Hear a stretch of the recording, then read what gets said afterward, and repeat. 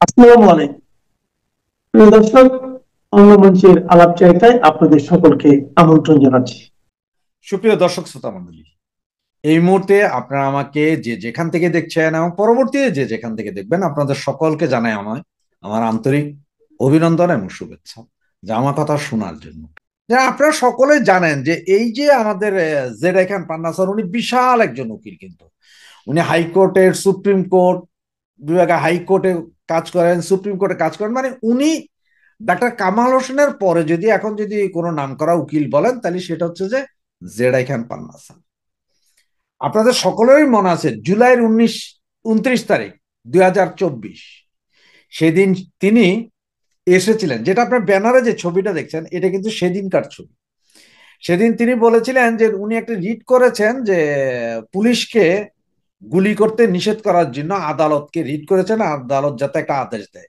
কিন্তু আদালতও জানতো যে এই আদেশ আদালত দিতে পারে না, এবং উনি একজন এত বড় আইনজীবী হয়ে উনি জানে যে এই আদেশ দেওয়া যায় না। তার কারণ হচ্ছে যে এখন আপনারা যদি দেখেন যে পুলিশ কমিশনার, ডিএমপি, তারপর সিএমপি, পুলিশ কমিশনার কি বলেছিলেন মনে আছে? যে যে কেউ গাড়ি জ্বালাইতে আসলে, বাড়ি জ্বালাইতে আসলে, মপ করতে আসলে সরাসরি ব্রাশ ফায়ার করে দাও বলেছিল। পরে তারা সেটার কি যুক্তি দিয়েছে? তারাই যুক্তি দিয়েছে যে হ্যাঁ, এটা তো আমরা বলেছিলাম, কিন্তু এটা তো আমাদের পুলিশের বিধানেই আছে, যে পুলিশের বিধানেই আছে যে গুলি করতে পারবে, কারণ জানমালের ক্ষতি হইলে, সরকারের সম্পদ রক্ষা করার ব্যাপার হইলে এটা ওপেন ফায়ার করতে পারবে। তাইলে এই 29 তারিখ, মানে গত বছরের জুলাইয়ের 29 তারিখ, 25 তারিখ থেকে যদি আপনারা দেখেন, 25 তারিখ থেকে প্রথম শুরু হয় জ্বালাও পোড়াও। বিটিভি ভবন, তারপরে আপনার সেতু ভবন, পুলিশের থানা আক্রমণ, পুলিশকে মাইরা লটকায় দেওয়া, এগুলো সব কিন্তু তখন শুরু হয়েছিল। তো উনি কার স্বার্থে পুলিশের যাতে গুলি করতে না পারে সে বিষয়ে বলেছিলেন। জানমাল রক্ষা করতে হলে পুলিশ গুলি চালাবে, সন্ত্রাসীদের, এটা নর্মাল, পুলিশের বিধানেই আছে।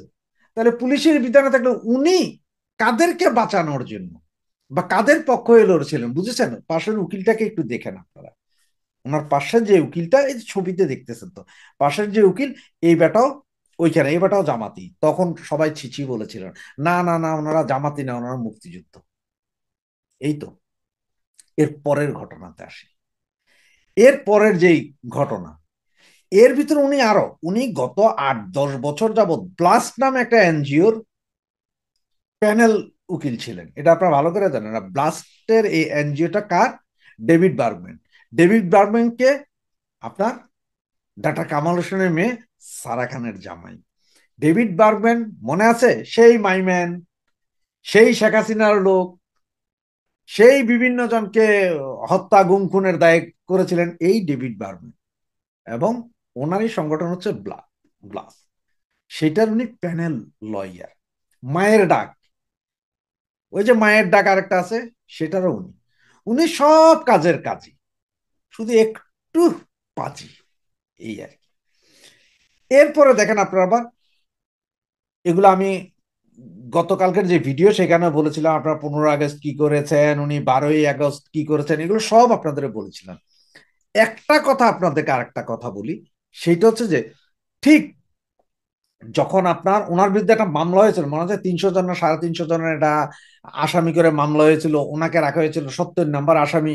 তখন উনি বলেছিলেন, ভাই নামটা 1-2 নাম্বার রাখলে ভালো হইতো, আমার বিরুদ্ধে মিথ্যা মামলা, ওই মামলা, সেই মামলা, এগুলো বলছিল।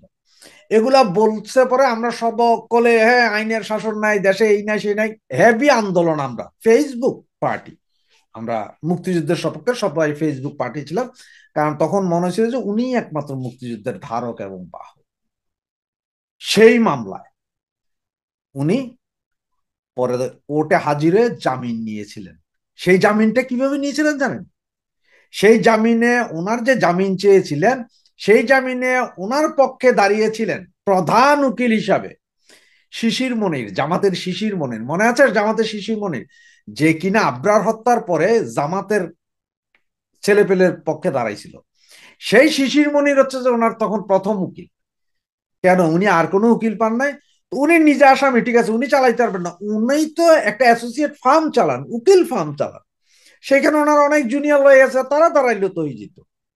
সেটা না করে উনি কি করলেন? শিশির মনিরকে আনলেন। এখন শিশির মনিরকে আইনা উনি সেই কোর্ট থেকে জামিন নিলেন। এরপরের কাহিনী আবার জানেন আপনি, ওই যে আপনার 12ই আগস্ট তিনি আইনজীবী হতে চেয়েছিলেন। কার আইনজীবী? শেখ হাসিনার আইনজীবী। গত 12ই আগস্ট শেখ হাসিনার আইনজীবী হিসেবে উনি চেয়েছিলেন, কিন্তু তার এই প্রস্তাব নিয়ে গিয়েছিল কে? নাজনীন হাসান, যিনি কিনা জিয়াউল হাসান, সেনাবাহিনী এক মেজর জিয়াউল হাসানের বোন। সে গিয়েছিলেন ওনার প্রস্তাব নিয়ে যে জেডাই খান পান্না স্যার উনি শেখ হাসিনার আইনজীবী হতে চান। জিয়াউল হাসান কিন্তু এখন জেলে, গুম হত্যা এগুলোর কারণে উনি জেলে। সে নাজদিনকে নিয়ে গিয়েছিলেন। এবং আপনারা সবাই জানেন যে 28শে মার্চ ওই যে মঞ্চ 71-এর যে প্রোগ্রাম, সেই প্রোগ্রামে যে যেখানে যে আপনার আমাদের আরেক পান্না, মঞ্জুর আলম পান্না, তারপরে লতিফ সিদ্দিকী সহ প্রায় 16 জন ধরা খাইলেন। তার মধ্যে 2 জন মাত্র জামিন পেয়ে আছেন। এখনো আরো 15 জন সিনিয়র সিটিজেন যাদের বয়স 84 থেকে 90-এর ভেতরে, এরা সবাই এখনো জেল খাটছেন। তাদের ব্যাপারে কিন্তু মুখে কুলু পেটে বসে হয়েছেন, কোনো কথা নেই। এই সেই জেডাই খান পান্না। কি বুঝলেন? এই ভিডিওটাতে আপনি যা শুনলেন তা সত্য ঘটনা। এবং আপনাকে আমি প্রথমে যেই ছবিটা দেখেছেন, মানে জেডাই খান পান্নার ছবি দিয়ে, এরপরে বাকি পুরো কথার রেকর্ডিং উইদাউট এনি কাটিং সরাসরি র ভিডিওটা শোনালাম, যেখানে যে ফোন করেছে ফোনের সেই উপরে স্যারের নাম্বার লেখা ছিল, এটাও দেখলেন। যে মহিলা কণ্ঠটা সেটাও আমাদেরই। তাহলে উনি, ওনাকে যখন এই মহিলা জিজ্ঞেস করলেন তখন উনি কি বললেন শুনতে পারছেন? শুনুন, দেখুন, বুঝুন এবং পরবর্তীতে বলুন যে কেন আমরা জেডাই খান পান্নার পেছনে উঠে পড়ে লেগেছি। এই জেডাই খান পান্না এখন অনেকে বলছেন যে না, উনি তো ওই সেনাবাহিনীর যে 25 জন আছেন ওনাদের পক্ষের আইনজীবী হবেন, এই সেই হবেন। আবার উনি বিভিন্ন জায়গায় এখন বলে বেড়াচ্ছেন যে উনি শেখ হাসিনাকে মজলুম ভেবেছেন তাই দাঁড়াচ্ছেন। শেখ হাসিনা কি ভয়ে কাঁপছে? শেখ হাসিনা কি ওনাকে বলেছে যে স্যার আমি খুব ভয়ে ভীত, আমারে বাঁচান? এটা তো বলে নাই। তাহলে উনি কেন শেখ হাসিনাকে, আর উনি রাষ্ট্রের নিযুক্ত আসামি পক্ষের আইনজীবী, রাষ্ট্র নিযুক্ত। তাই রাষ্ট্র যে ফাইলপত্র দিবে, রাষ্ট্র এই ধরনের যেসব ফাইলগুলো দিবে সেগুলো নিয়ে উনি লড়াই করবেন। উনি তো নতুন কোনো ফাইলপত্র আনতে পারবেন না।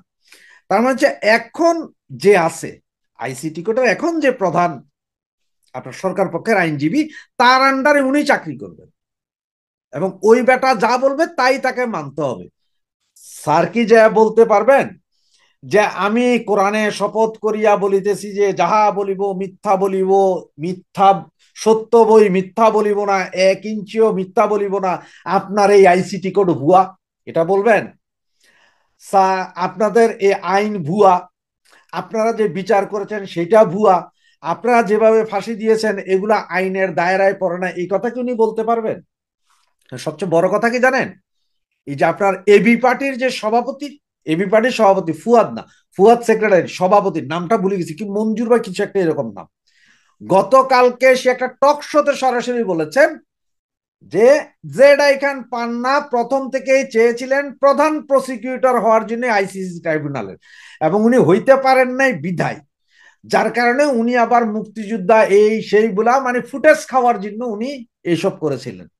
এখন উনি আবার মোটামুটি পয়সা পাওয়ার একটা ধান্দা হয়ে গেছে, বৃদ্ধ মানুষ, এখন আর বলবেন না। তো এই এবি পার্টির ওই লোক যে কিনা একসময় শিবির করতেন, পরে বহিষ্কার, পরে আবার এবি পার্টি করলেন, এর শিবিরের বিটি, ওরা তো খুব ভালো করেই জানে এখন যে কে কি চাইতেছে, কে কি হইতেছে, কে কিভাবে হচ্ছে, এটা ওরা জানে। সেই ভদ্রলোকের সরাসরি আছে, কি আছে, আপনার ভিডিও আছে আরেকজনের সাথে করা, যেটা টক শোতে ওপেন এয়ার শোতে বলেছেন যে জেডাই খান পান্না কি হইতে চাইছিল। সব বিচার বিশ্লেষণ করুন, এরপরে সিদ্ধান্ত আপনাদের হাতে। আন্তর্জাতিক অপরাধ ট্রাইব্যুনাল বা আইসিটি নামটা শুনলেই মনে হয় গম্ভীর একটা জায়গা, যেখানে মানবতা বিরোধী অপরাধের বিচার হয়। তবে এরই মধ্যে বাংলাদেশের সাবেক প্রধানমন্ত্রী শেখ হাসিনাকে ফাঁসির দণ্ড দেওয়ার পর আন্তর্জাতিক মানবাধিকার সংস্থাগুলোর পক্ষ থেকে আন্তর্জাতিক অপরাধ ট্রাইব্যুনালের বিচার প্রক্রিয়া ও ন্যায় বিচার পাওয়া নিয়ে ব্যাপক প্রশ্ন তোলা হয়েছে। সেসব প্রশ্নকে আরো উস্কে দিয়েছে খোদ ট্রাইব্যুনালের চিফ প্রসিকিউটরের আচরণ। গত রবিবার মানে 23শে নভেম্বর ট্রাইব্যুনাল 1-এ যা ঘটলো তা গাম্ভীর্যকে বুড়িগঙ্গার পানিতে ডুবিয়ে দিয়ে আদালতের পরিবেশকে একেবারে উত্তপ্ত করাইয়ে পরিণত করেছে। গণমাধ্যমের খবরে বলা হয়েছে, চিফ প্রসিকিউটর তাজুল ইসলাম, যিনি রাষ্ট্রের পক্ষে সর্বোচ্চ আইনি ক্ষমতা নিয়ে আদালতে হাজির হওয়া একজন কর্মকর্তা, তিনি আসামি পক্ষের আইনজীবীকে বলেছেন, চুপ থাকুন, কথা বলবেন না, আপনিও আসামি হতে পারেন। আর তারই শাসনের শিকার হয়েছেন সাবেক সেনা কর্মকর্তা জিয়াউল হাসানের আইনজীবী নাজির নাহার। জিয়াউল হাসানের মামলাটি ছিল গুমের অভিযোগে অভিযুক্ত হওয়া ন্যাশনাল টেলিকমিউনিকেশন মনিটরিং সেন্টারের বা এনটিএমসির সাবেক মহাপরিচালককে নিয়ে। দর্শক, এমন খবর কেবল আইনি বিতর্ক নয়, বরং বিচারিক শিষ্টাচার ও ক্ষমতার ব্যবহার নিয়ে গভীর প্রশ্ন তুলেছে। যেখানে একজন প্রসিকিউটরকে ন্যায় বিচারের প্রতিনিধি বা মিনিস্টার অফ জাস্টিস হওয়ার কথা, সেখানে রাষ্ট্রপক্ষের প্রধান আইনি কর্মকর্তা কেন প্রতিপক্ষ আইনজীবীকে এমন কথা বলবেন? দীর্ঘদিন ধরে আইসিটি ফলো করা ব্রিটিশ সাংবাদিক ডেভিড বার্গম্যান বিষয়টি নিয়ে নিজের ফেসবুকে পোস্ট দিয়ে ব্যাপক সমালোচনা করেছেন। আইনজীবীদের আশঙ্কা, আন্তর্জাতিক মহল থেকে প্রশ্ন ওঠার পরপরই বিচারকের সামনেই সরকার পক্ষের সর্বোচ্চ আইনজীবীর এমন ব্যবহার দেশীয় আন্তর্জাতিক মহলে ন্যায় বিচারের নিশ্চয়তা নিয়ে যে আশঙ্কা আছে সেটিকে আরো বাড়িয়ে দিবে। ঘটনাটি ঘটেছিল বিচারপতি মোহাম্মদ গোলাম মর্তুজা মজুমদারের নেতৃত্বাধীন 2 সদস্যের আন্তর্জাতিক অপরাধ ট্রাইব্যুনাল 1-এ। শুনানির সময় আইনজীবী নাজনীন নাহার যখন তার ক্লায়েন্টের জিজ্ঞাসাবাদের প্রক্রিয়া নিয়ে অভিযোগ জানাচ্ছিলেন, ঠিক তখনই চিফ প্রসিকিউটর তাজুল ইসলাম যেন শাস্তির রোলার নিয়ে হাজির হলেন। চিফ প্রসিকিউটর নাজনীন নাহারকে উদ্দেশ্য করে সরাসরি বলেন, চুপ থাক।